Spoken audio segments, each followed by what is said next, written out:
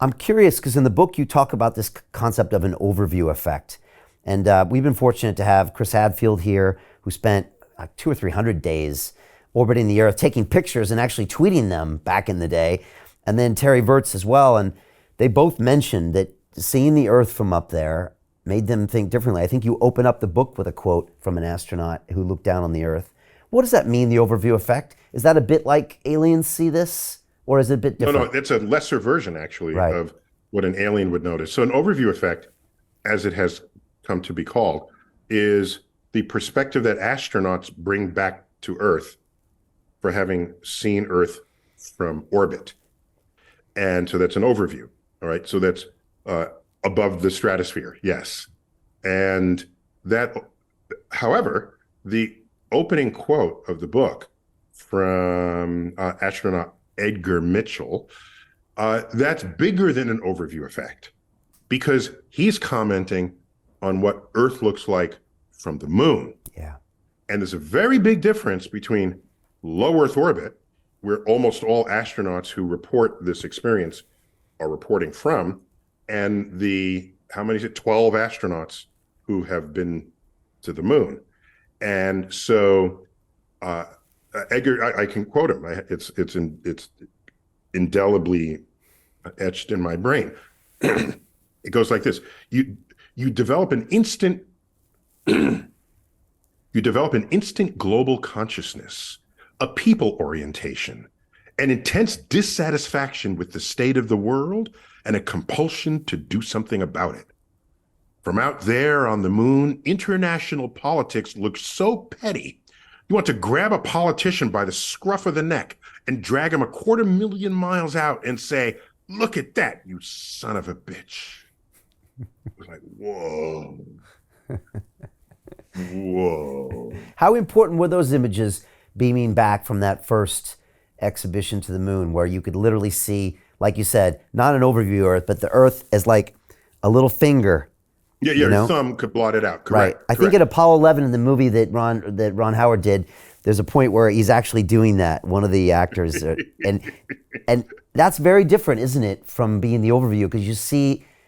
Can't do, and if you're orbiting Earth, you can't blot out Earth with your thumb. Yeah. That's correct. It's everywhere. You're too close. In fact, I can quantify how close they were, analogize how close you are to Earth when you are in Earth orbit. So if you, again, let's go back to our schoolroom globe, and you can ask, well, how high is the orbiting space station and the shuttle and all the places that they've gone relative to a schoolroom globe? And they went about 3/8, about a centimeter above Earth's surface. Okay. That's about how high they were orbiting. When we look at they're out in space, and people ask me, "You're an astrophysicist, do you want to go into space?" And they mean like Earth's orbit. It's like, no, that's not far enough. Okay. I'm sorry. By the way, what's the distance from London to Glasgow, approximately? Oh, in like miles or kilometers or? Either, yeah. It's like probably a 6-hour train ride. It's probably 200 miles, 240 miles, something like that. Yeah. So that's about how, from that distance, put it vertically up, and that's how high above Earth they are. Right. So yes, the overview effect is important, and it is deeply moving, and astronauts have been brought to tears reflecting on this. But when you go to the moon, that's when you see Earth as this lone orb, adrift in the darkness of space, with, as Carl Sagan had said, with no hint that help is going to come from elsewhere to save us from ourselves, as he wrote so poetically in A Pale Blue Dot, his book reflecting on what it means to see Earth from a distance. Now, you ask, how did it change us? So the first images of Earth from the moon came back in 1968, Apollo 8. Right. And that's the famous Earthrise photo, where there's Earth on the lunar horizon. That's a flip for you right there in perspective.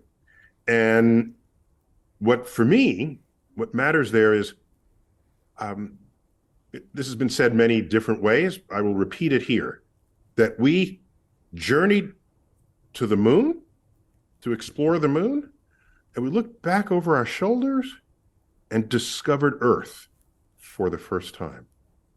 all major legislation related to the modern environmental movement occurred while we were on the moon, while Earth was visible to us from deep space. In the United States, and I would check some other resonant countries when I looked at the historical record, the United States did much of this first.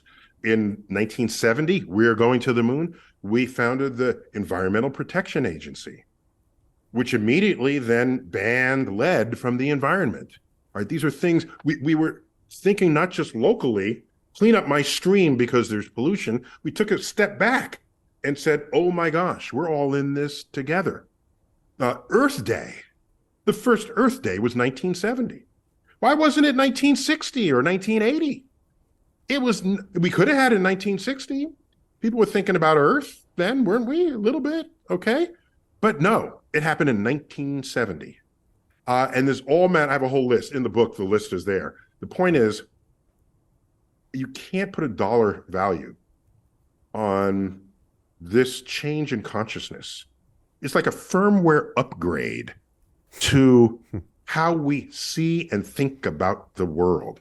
In the United States, there's a very famous, perhaps one of the most famous public service announcements on television, and it was an American Indian in full headdress, and he observes people throwing trash out the window in a freeway after he gets out of his canoe from a river on the side, and the trash falls at his feet, and he turns his head. The commercial's 10 seconds long, 15 seconds long. Turns his head, and there's a tear coming down his cheek.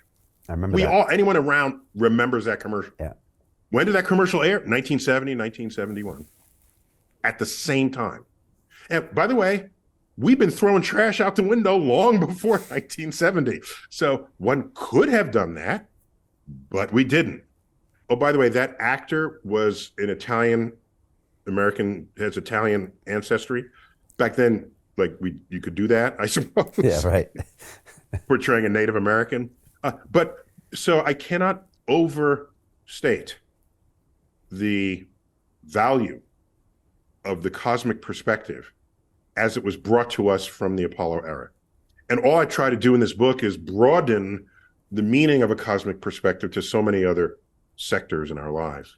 So Jim Rickards has just recorded a video that's not available to anyone in the public, and he's going to be talking about how this upcoming recession is going to be fast, it's going to be bloody, it's going to be nasty. But at the same time, he's going to show you how you can position yourself to profit from all of this chaos.